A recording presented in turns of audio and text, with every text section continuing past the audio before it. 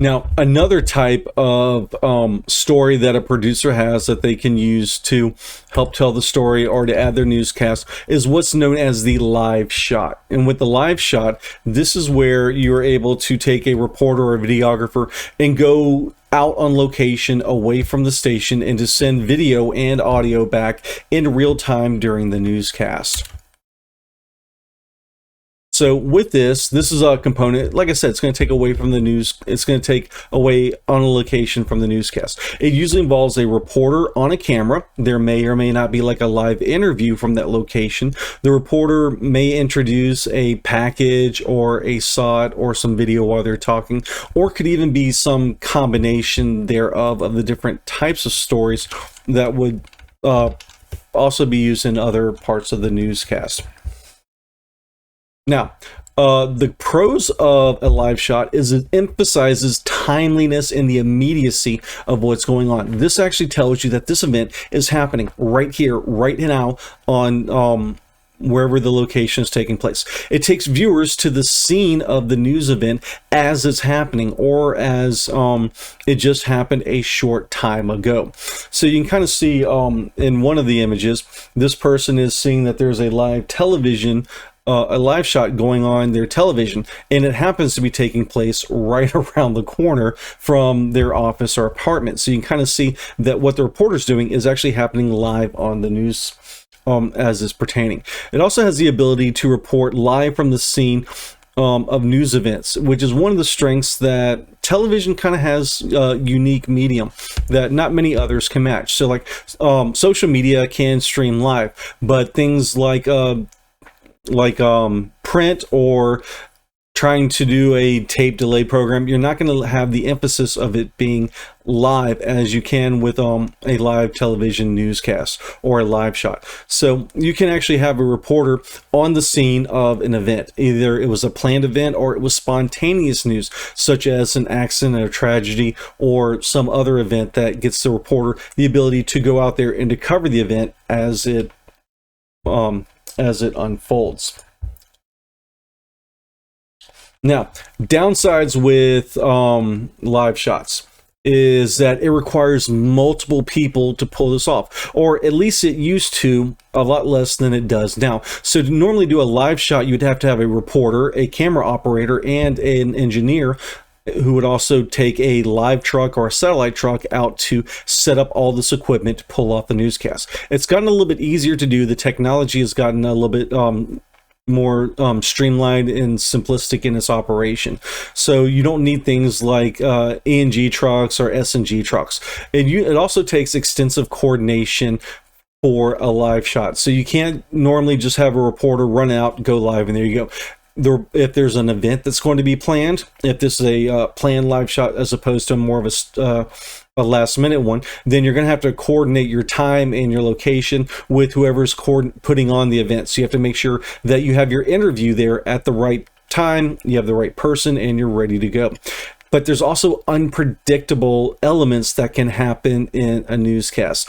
One of them is especially Shaquille O'Neal. He has been known on many occasions to mess with a reporter while they are in the middle of a live shot. He may rub their head, he may rub their beard, but he does like to have fun with reporters.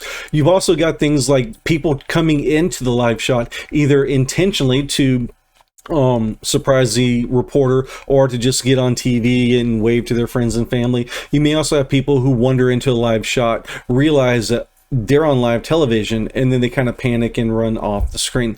Weather is also going to be an interesting factor that could hamper or cause problems for a live shot. Now, traditionally, like I said, the crew for a live shot would involve a reporter, a camera operator. It may also incorporate a satellite truck. So in this case, for this event, we have like 4 reporters doing live shots almost, well, pretty much right next to each other, and they're getting a shot so tight that you can't tell there's another person next to them. It's going to involve having not just a camera, but also the means to transmit the signal back. If your live shot's at night, you may also have to bring additional lighting to make sure that your talent and your reporter looks pretty good. And there's also hardware involved. So there's the SNG or the ENG. So I talked about the news van, and what this is it's a vehicle that has a microwave transmitter that's built into what's known as the mast. And when the van gets to a location that they want to broadcast back to the station, they would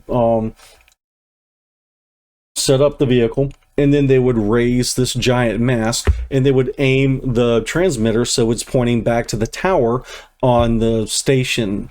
And so then they could beam a signal backwards and forward between the station themselves. So a reporter could do a live shot, they could interact, ask questions. And inside the news van, there was also, in addition to the transmitting hardware, they could have an edit station. So a reporter could go shoot some videos, shoot some interviews, and edit a package right in the back of the van, and then send that back to the stations. But technology has made things a little bit easier. In many cases, the microwave and the satellite has been replaced with transmitting backpacks. There's one such service, and this is one that we use at Trojan Vision, called Live View. And Live View is a small box that has some cellular modem antennas, and we're able to plug a camera into this box. It then turns that signal into a digital signal, and it broadcasts through cellular data, through Wi-Fi. We can plug it into a network, and it sends it through the internet back to the station. And likewise, the station can even send audio and information back to the backpack. And so you can see that reporters are able to quickly just take a videographer, a backpack, and they're ready to go. You've got me blocking this guy, but you can kind of see that at the base of his camera, he's got a little transmitting backpack. And Live View even has an app for their phone. So if you want, you could have a reporter grab their phone, hold it up, and shoot video. During the COVID pandemic, a lot of anchors were actually doing this when they were anchoring the news from their house. Each anchor would have just a phone with a light, and the phone was set up for Live View, and it would send the signal from the multiple anchors back to the station, and they were able to do their live broadcast.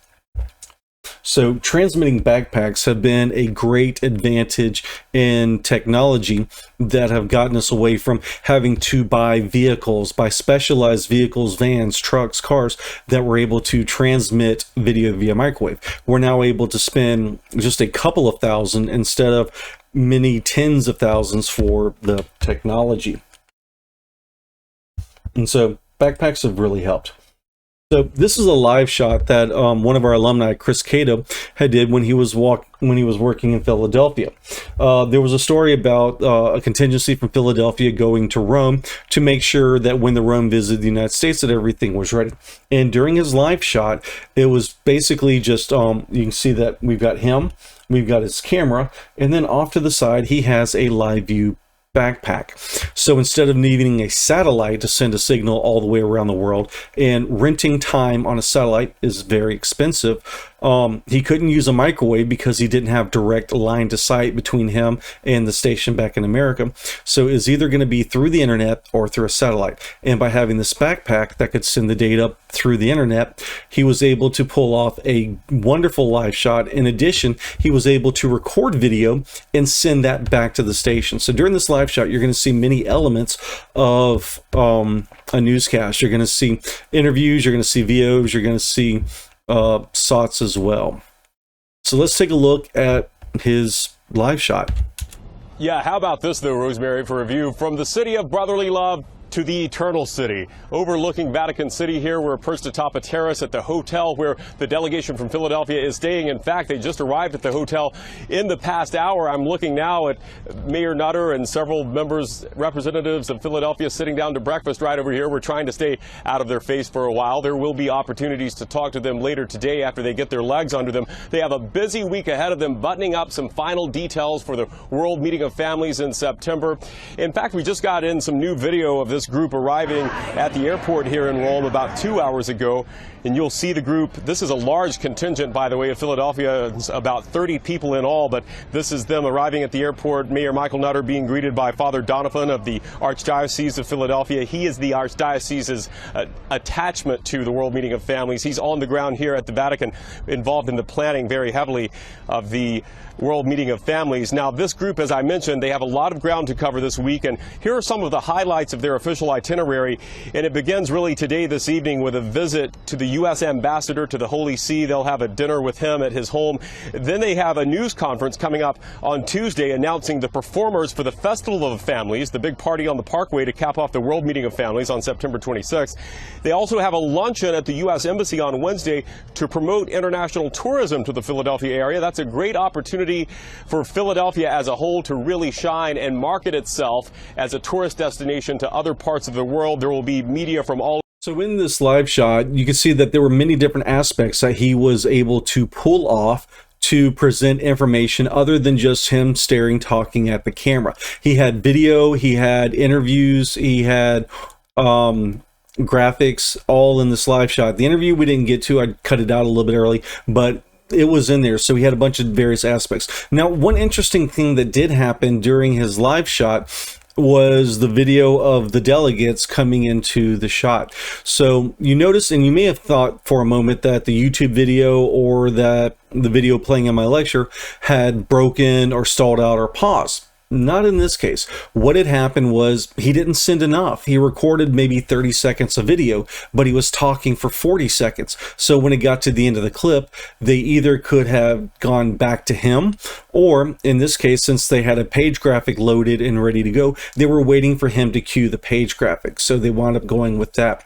But all in all, this was a really good way to present information and present it in real time.